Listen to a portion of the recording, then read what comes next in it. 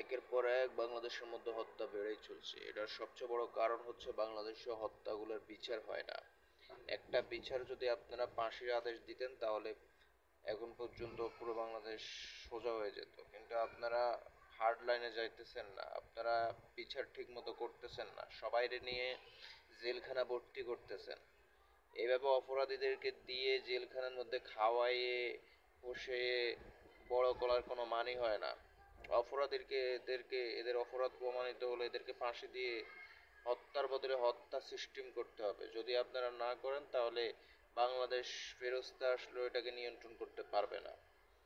আর যদি আপনারা না পারেন তাহলে অবশ্যই সামনে ইনশাল্লাহ যদি জামাত আসে, এই আইন বাস্তবায়নের মাধ্যমে হত্যার বদলে হত্যা দেশকে সোজা করে ফেলবে। অপরাধীদের ক্ষেত্রে কোনো ছাড় নাই, এদেরকে জিরো জিরো ভাবে মারতে হবে। দুর্নীতির ব্যাপারে কিছু ছাড় দিতে পারে, অন্য অন্য ব্যাপারে, কিন্তু কেউ হত্যা করছে, এটা সিসিটিভি আছে, সব কিছু প্রমাণ আছে, একে ডাইরেক্ট ফাঁসি দিয়ে দেন।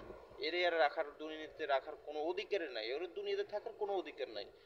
ওকে দুনিয়াতে খাওয়াই আপনি পোষাই আপনি জেলখানার মধ্যে ওরা আরাম দিতেছেন, প্রশ্নই আসে না।